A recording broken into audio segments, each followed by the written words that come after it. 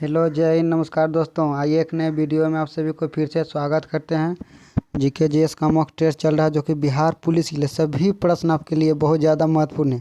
दोस्तों, बिहार दरोगा भी अब आने वाला, इसीलिए बहुत जमकर तैयारी में लग जाइए। मॉक टेस्ट जितना हमारा मार रहे हैं दोस्त, हम जो बुक चला रहे हैं ये बुक आपको कहीं नहीं मिलेगा दोस्तों, इसलिए सही प्रश्न आपके लिए बहुत ज़्यादा महत्वपूर्ण है। इसलिए ज़्यादा मॉक टेस्ट मारिए। वीडियो अच्छा लगता है दोस्तों अपने दोस्त यार सगे संबंधी को शेयर कीजिए और सब्सक्राइब कीजिए दोस्तों, ठीक है। बेहतर से बेहतर कंटेंट मिलेगा दोस्तों, ठीक है। ज़्यादा सपोर्ट कीजिएगा और हमको भी मन लगेगा और अच्छा से अच्छा कंटेंट मिलेगा। आइए शुरू करते हैं दोस्तों। बिहार पुलिस का आज मॉक टेस्ट का पहला प्रश्न है, भारत में भारी उद्योग किस पंचवर्षीय योजना के दौरान प्राथमिकता दी गई।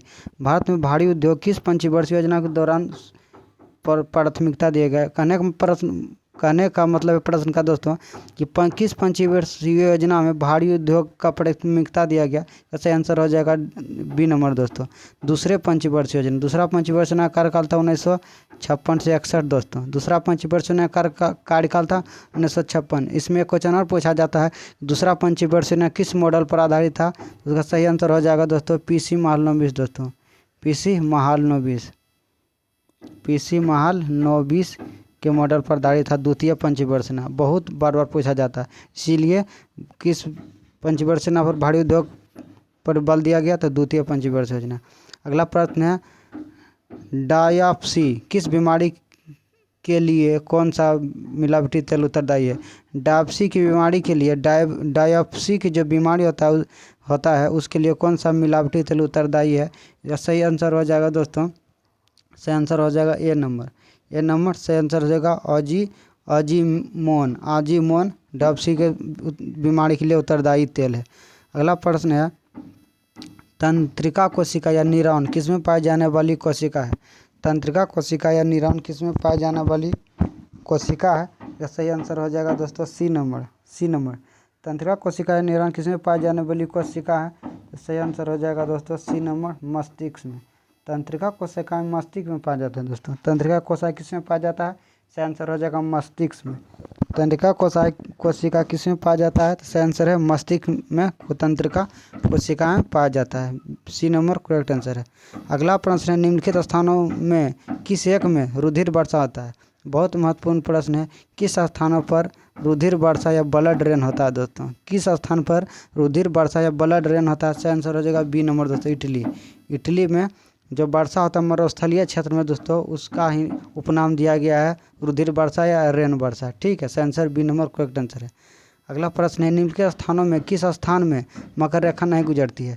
किस स्थान से दोस्तों मकर रेखा नहीं गुजरती है। इसका सही आंसर हो जाएगा दोस्तों बी नंबर बोलोविया से मकर रेखा नहीं गुजरती है, बाकी अर्जेंटीना, ब्राज़ील, चिली से गुजरता है, ऑस्ट्रेलिया से गुजरता है दोस्तों, मेडागास्कर से भी मकर रेखा गुजरती है, ठीक है दोस्तों। आपको याद रखना है ये सभी देश से मकर रेखा गुजरता है। अर्जेंटीना से भी गुजरता है, बोलिविया छोड़कर बाकी सभी से मकर रेखा गुजरता है।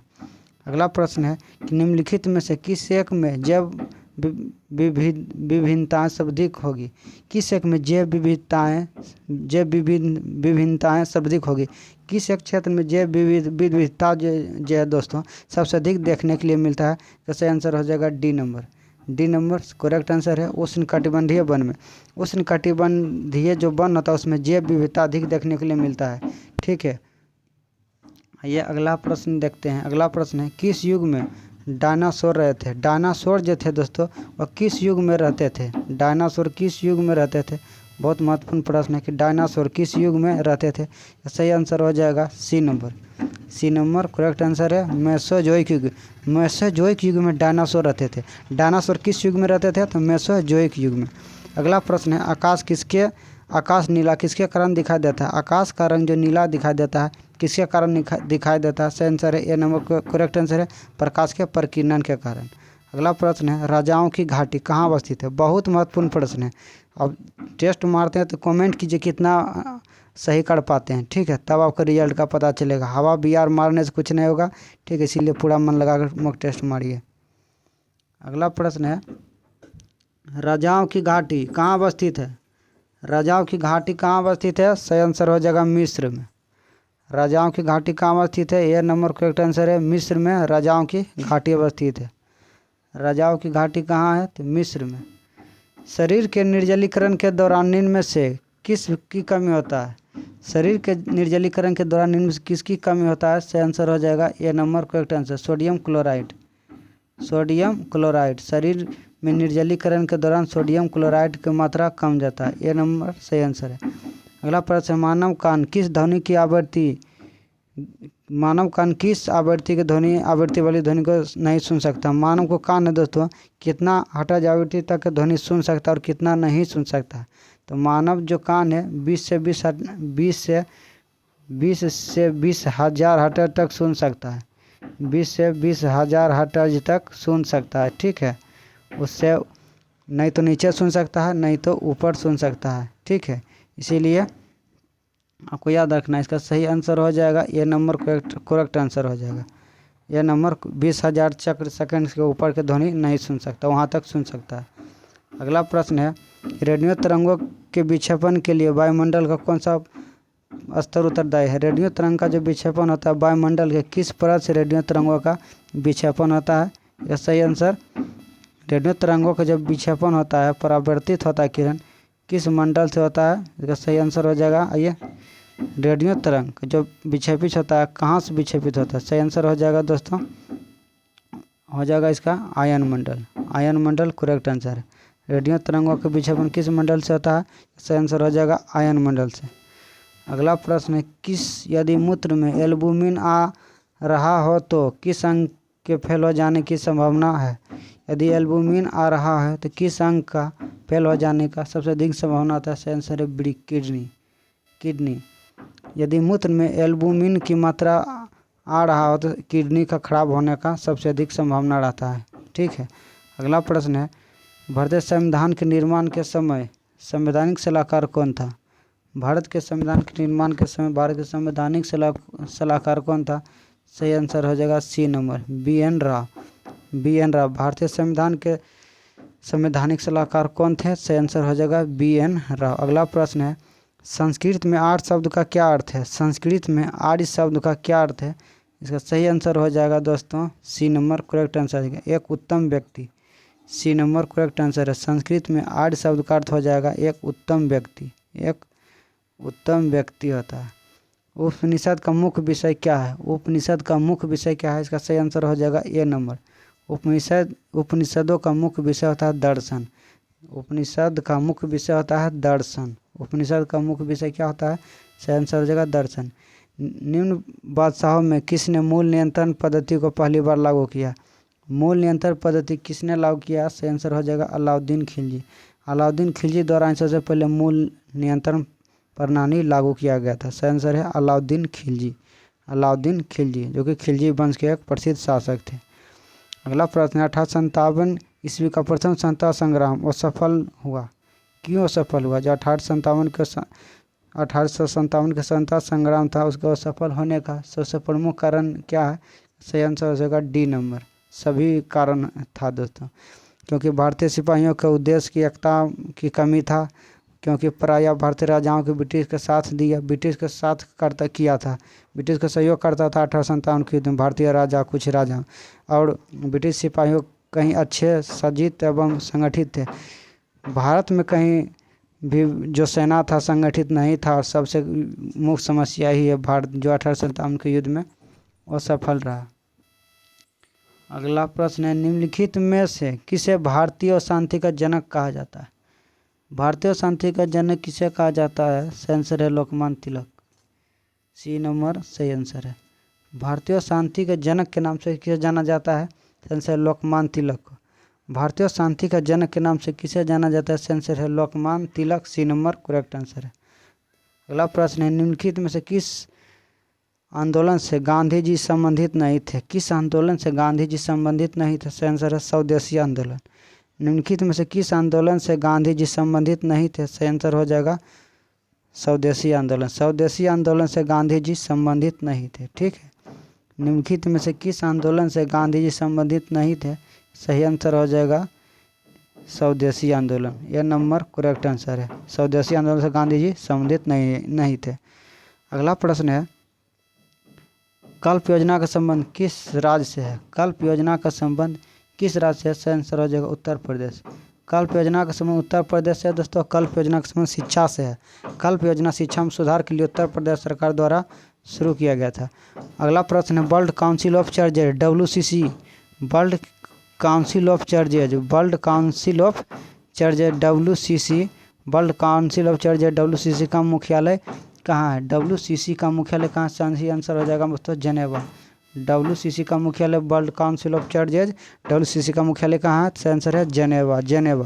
अगला प्रश्न भारत में सबसे अधिक कौन सी मिट्टी पाई जाती है? भारत में सबसे अधिक मात्रा में कौन सा मिट्टी पाया जाता है? सही आंसर है एल्युवियल मिट्टी या दोमट मिट्टी भी इसे बोल सकते हैं। भारत में कितने मिट्टी है दोस्तों को कमेंट करके बताना है। अगला प्रश्न देखते हैं। अगला प्रश्न है कि आनुवंशिकता के पिता किसे कहा जाता है? आनुवंशिकता के पिता किसे कहा जाता है? आनुवंशिकता के पिता किसे कहा जाता है? इसका आंसर हो जाएगा बी नंबर गेगर मेंडल को आनुवंशिकता के पिता के नाम से जाना जाता है। अगला प्रश्न है वनस्पति शास्त्र का जनक किसे कहा जाता है? वनस्पति शास्त्र का जनक किसे कहा जाता है? वनस्पति शास्त्र का जनक किसे कहा जाता है? सही आंसर होगा थिप्पो। वनस्पति शास्त्र का जनक के नाम से किसे जाना जाता है? वनस्पति शास्त्र का जनक के नाम से किसे जाता है? सही आंसर हो जाएगा दोस्तों थिप्पोक्रेटस। यहाँ मिस प्रिंट है दोस्तों बी नंबर में थिप्पोक्रेटस होगा। ठीक है दोस्तों थिप्पोक्रेटस मिस प्रिंट है। वनस्पति शास्त्र के जनक थिप्पोक्रेटस। अगला प्रश्न देखते हैं जल की अस्थायी कठोरता किसके कारण होता है? जल की जो अस्थायी कठोरता होता है दोस्तों वह किसके कारण होता है? जल की अस्थायी कठोरता अस्थायी कठोरता किसके कारण होता है? सही आंसर है डी नंबर दोस्तों कैल्शियम और मैग्नीशियम के क्लोराइड एवं सल्फेट। कैल्शियम एवं मैग्नीशियम के क्लोराइड एवं सल्फेट के कारण ही जल का अस्थायी कठोरता होता है। जल का अस्थायी कठोरता किसके कारण होता है? कैल्शियम और मैग्नीशियम के क्लोराइड एवं सल्फेट। भारतीय संविधान के किस भाग को उसकी आत्मा की संज्ञा दी गई है? भारतीय संविधान के किस भाग को उसकी आत्मा कहा जाता है? बहुत महत्वपूर्ण प्रश्न है कि भारतीय संविधान के किस भाग को उसकी आत्मा की संज्ञा दिया गया है? भारतीय संविधान किस भाग को उसकी आत्मा की संज्ञा दिया गया? सही आंसर है प्रस्तावना के द्वारा भारतीय संविधान का आत्मा कहा गया है। प्रस्तावना को भारतीय संविधान का आत्मा का संज्ञान दिया गया। सही आंसर है नंबर करेक्ट आंसर। हंटर आयोग ने किस प्रकार की शिक्षा पर बल दिया? हंटर आयोग ने सर्वाधिक किस प्रकार की शिक्षा पर बल दिया? सही आंसर हो जाएगा दोस्तों बी नंबर प्राथमिक शिक्षा। हंटर आयोग ने सबसे अधिक प्राथमिक शिक्षा पर बल दिया था। ठीक है बी नंबर करेक्ट आंसर है। बंगाल आंदोलन का प्रमुख नेता कौन था? बंगाल आंदोलन के सबसे प्रमुख नेता कौन था? इसका सही आंसर हो जाएगा B number Henry Vivian Derozio Bengal आंदोलन का सबसे प्रसिद्ध नेता था। अगला प्रश्न है जैन साहित्य को किस नाम से जाना जाता है? जैन साहित्य को किस नाम से जाना जाता है? सही आंसर हो जाएगा आगम।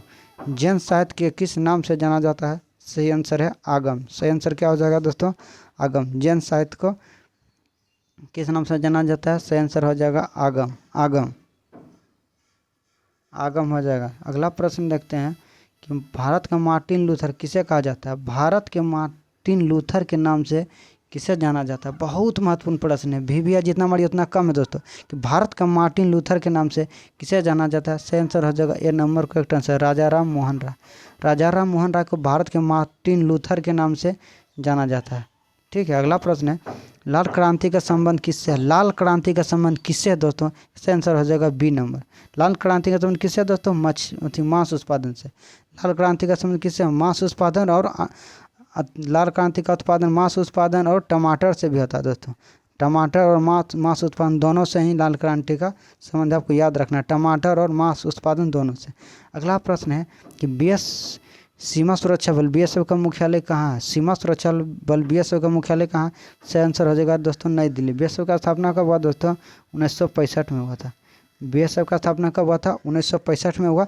BSF का मुख्यालय पूछेगा नई दिल्ली। अधिकतर सैन्य बलों का मुख्यालय नई दिल्ली है। सिर्फ एक का जोसम राफेल दोस्तों उसका मुख्यालय शिमला में और अधिकतर जितना भी अर्धसैनिक बल सभी का मुख्यालय नई दिल्ली में पड़ता है। ठीक है दोस्तों वीडियो अच्छा लगता है अपने दोस्त यार से समझने को बताइए और चैनल को सब्सक्राइब कराइए। मिलते हैं अगले वीडियो में, तब तक के लिए जय हिंद, नमस्कार दोस्तों।